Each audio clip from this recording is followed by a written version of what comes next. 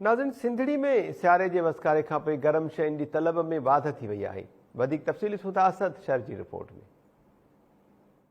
अॼु मां तव्हांखे ॿुधाईंदो हलां त सियारे अचण खां पोइ उन जो जेको पहिरियों वसकारो आहे उन खां बाद में थधि में तमामु घणो इज़ाफ़ो थी चुको आहे। गुज़िरियल ॾींहं खां पोइ जेको आहे सो बरसाति हले पई वक़्फ़े वक़्फ़े सां, जंहिं सबबु जेको आहे सो माण्हू घरनि ताईं महदूद थी विया आहिनि। सिंधड़ी तालुके जा जेके मुख़्तलिफ़ शहर आहिनि, सिंधड़ी, हिंगोरनू, फुलाडियूं, गिरोड शरीफ़, उन में जेको आहे सो कारोबार जेको आहे सो तमामु घणो सख़्तु मुतासिर थी रहियो आहे।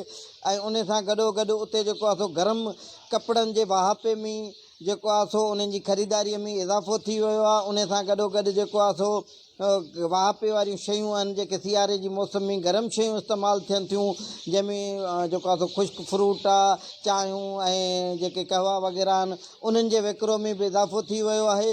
जॾहिं त गुज़िरियल ॾींहं खां पोइ वक़्फ़े वक़्फ़े सां हलंदड़ बरसाति सबबु जेको आहे सो बिजली पिणु ग़ाइबु थी वई आहे। ऐं उन सां गॾोगॾु जेको आहे सो सेल्युलर कंपनियुनि जी जेका सर्विस आहे उहा पिणु सख़्तु मुतासिर थी रही आहे, जंहिंजे करे इंटरनेट ऐं कॉल जो सिस्टम जेको आहे सो उहो मफ़लूज बणिजी वियो आहे। उन सां गॾोगॾु जेको आहे सो नंढड़नि ॿारनि में खंघि, नज़लो ज़ुकाम में पिणु इज़ाफ़ो थी वियो आहे, जंहिंजे करे हिन वक़्त ताईं सिहत खाते जी इंतिज़ामिया तरफ़ां उन जे लाइ के स्पेशली तौरु उपाय न आहिनि वरिता विया। उन सां गॾोगॾु तव्हांखे इहो ॿुधाईंदा हलूं त गुज़िरियल ॾींहं खां जेका मौसमी तब्दीली आहे उन खां बाद में जेको आहे सो माण्हुनि जे कारोबार ऐं जेको आहे सो ज़िंदगीअ ते सख़्तु असर अंदाज़ थी रहिया आहिनि। काफ़ी जेके ग़रीब तबिको आहे उन्हनि वटि गरम कपिड़ा न आहिनि। उन हवाले सां बि ज़िले इंतिज़ामिया या वस वारनि के बि उपाय न आहिनि वरिता। जी।